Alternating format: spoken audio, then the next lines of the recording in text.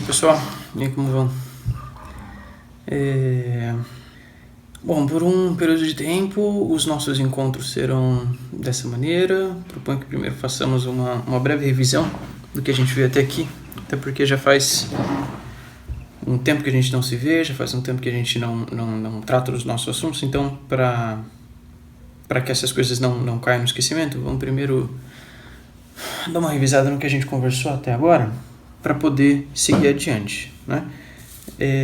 A dinâmica da aula certamente vai mudar bastante. Não se preocupem, tá? Vocês não terão 45 minutos de vídeo ou 90 no dia que a gente tem aula dupla, né? Justamente por se tratar de uma exposição, só de um monólogo, sem interrupções, então os nossos assuntos serão tratados de maneira muito mais célere, muito mais breve, muito mais rápido, muito mais ligeiro. De toda maneira, eu acho muito interessante, eu inclusive recomendo que vocês, quando forem assistir às aulas, peguem um caderno, peguem um lápis, caneta, borracha, enfim, peguem os seus materiais, né? E vão fazendo anotações da aula, conforme eu for falando. É bom que vocês podem pausar, podem voltar, podem assistir de novo, enfim, e vão fazendo anotações. Se vocês tiverem alguma dúvida, se eu falar alguma coisa que vocês quiserem saber mais, ou que vocês não entenderam, enfim, anotem as perguntas e mandem pra gente, tá? Que aí eu procuro respondê-las todas, procuro sanar as questões de vocês. Então, vamos lá.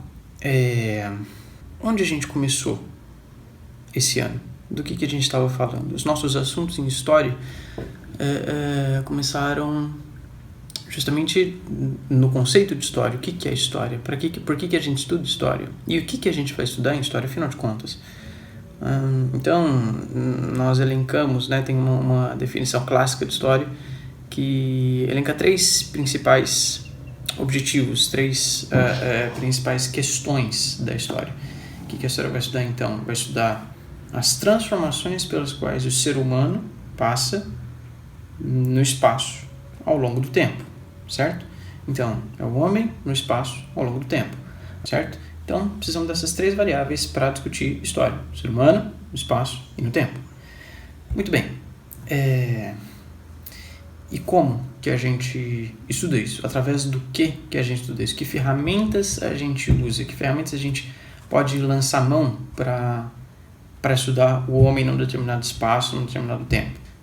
A gente vai dar o nome de fontes, certo? A gente vai estudar a história, então, através de fontes, que podem ser de alguns tipos. Podem ser fontes primárias ou secundárias, materiais ou imateriais. Uma coisa não está necessariamente entrelaçada com a outra. Eu posso ter uma fonte primária, material ou imaterial. Posso ter uma fonte secundária, material ou imaterial, tá? Mas eu não posso ter uma fonte primária que seja secundária ao mesmo tempo, e não posso ter uma fonte imaterial que seja material ao mesmo tempo. Então, muito bem, a gente estuda o homem no espaço e no tempo através de fontes que podem ser dessas maneiras. A história, para ser escrita, ela prescinde de várias outras áreas do conhecimento, de várias outras ciências para lhe dar apoio. Dentre elas a gente pode citar a arqueologia, a antropologia, a paleografia, a paleontologia, mesmo a biologia, a geografia, a física, e a rigor, na realidade, a gente pode usar todas as ciências no estudo da história, porque quando a gente vai falar, por exemplo, de filosofia e história estão intimamente ligadas, tanto é que vocês vão estudar lá na frente a filosofia partindo da história. A gente tem que estudar a história da filosofia para entender a filosofia mesma, ou que seja um exemplo mais prático, talvez, mais concreto, mais próximo da realidade do dia a dia de qualquer um de nós, para estudar matemática. De onde saiu a matemática? Quem foi Quem foi que inventou os números que a gente usa hoje e por qual razão, em que momento e como que isso surgiu ao mesmo tempo no mundo inteiro, em diferentes culturas, em diferentes regiões, do mesmo jeito, com o mesmo desenho, com o mesmo significado? Ou foi em um lugar específico que ele surgiu e se espalhou pelo resto do mundo?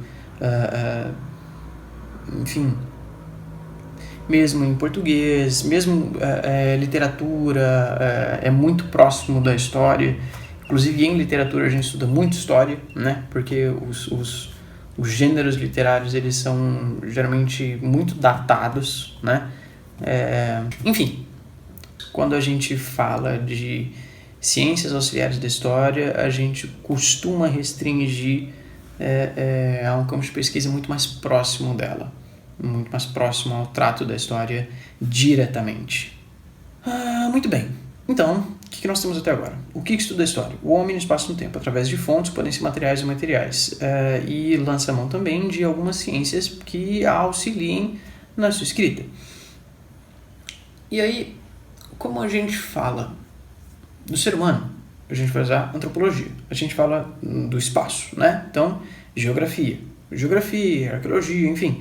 E o tempo, que é um dos nossos 3 fatores, a gente usa 2 concepções de tempo quando fala de história: o tempo cronológico e o tempo histórico. O tempo cronológico, conversamos algumas vezes sobre isso. O tempo cronológico é o tempo matematicamente dividido, é o tempo do relógio, é o tempo do cronômetro, o tempo, todas as horas têm o mesmo período de duração, todos os minutos têm o mesmo período de duração, todos os segundos têm o mesmo tamanho, todos os anos têm o mesmo tamanho.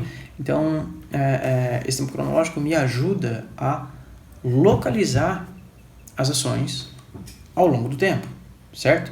Se eu faço uma linha que parte do mais antigo para o mais recente e eu estabeleço um critério de separação nela, eu posso dizer quando determinado evento ocorreu. E é nessa linha temporal que a gente vai localizar os fatos históricos que a gente vai estudar, certo? E o tempo histórico, ele não é necessariamente refém do relógio, não é necessariamente refém do calendário. O tempo histórico, ele extrapola o tempo do relógio. Por quê?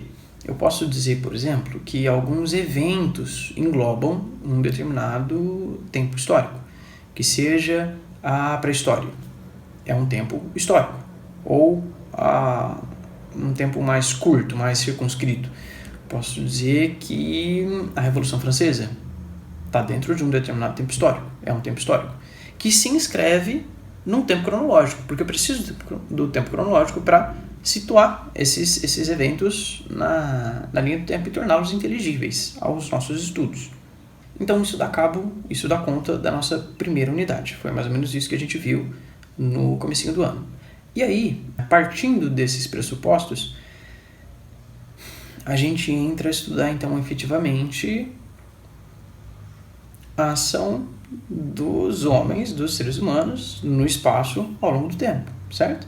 E a gente, o nosso currículo, né? Nosso currículo escolar, a apostila de vocês, o nosso modelo de ensino, nos recomenda que sigamos uma linha cronológica do mais antigo para o mais recente. Então, se a gente vai começar a estudar o ser humano no espaço ao longo do tempo, a gente vai para o tempo mais recuado possível, que é a primeira vez que o ser humano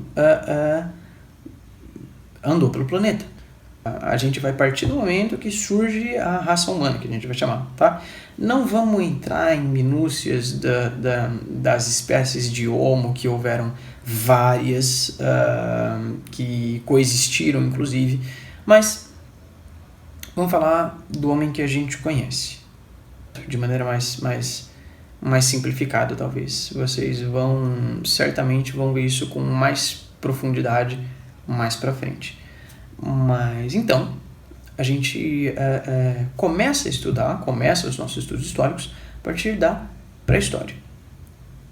E eu vou dividir o vídeo aqui porque eu não tenho certeza se a câmera ainda está gravando ou não. Enfim, a gente vai se adaptando.